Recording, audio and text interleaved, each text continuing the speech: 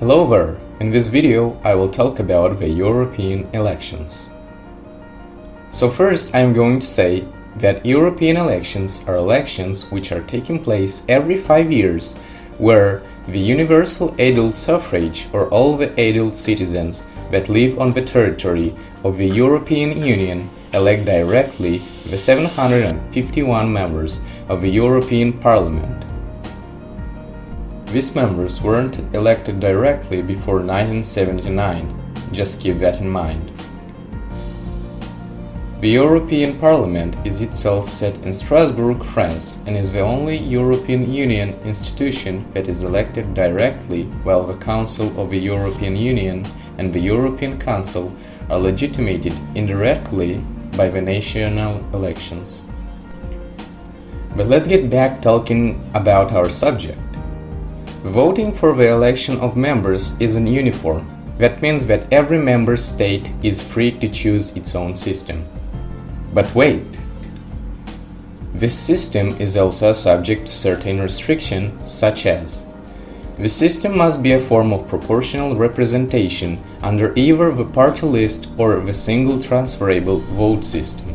That way, smaller and even larger political parties have a chance to send their representatives to the European Parliament in line with the number of votes they receive. And the electoral area may be subdivided if this will not generally affect the proportional nature of the voting system. The allocation of seats to each member state is based on the principle of digressive proportionality, so that while the size of a population of each country is taken into account, smaller states elect more MEPs than is proportional to their populations.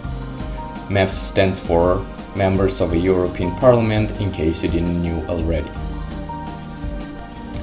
Each country is free to decide on many important aspects of the voting procedure as a method of calculating the quota and the election threshold, which vary from country to country.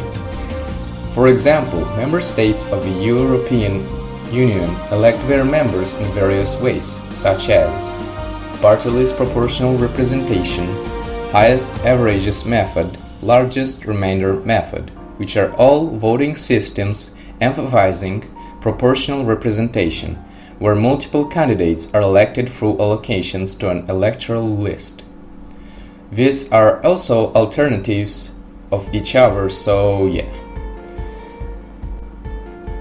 And now let's talk about the European elections of 2014. In this graph we can see that 42 seats were given to the European United Left, Nordic Green Left. 189 were given to Progressive Alliance of Socialists and Democrats. 52 seats were given to Greens, European Free Alliance. 66 to the Alliance of Liberals and Democrats for Europe. 104 for the Independents. 214 for European People's Party. 46 for European Conservatives and Reformists. And 38 Europe of Freedom and Democracy. Here instead we can see the voter turnout percentage, which is the percentage of eligible voters who casted a ballot in the elections.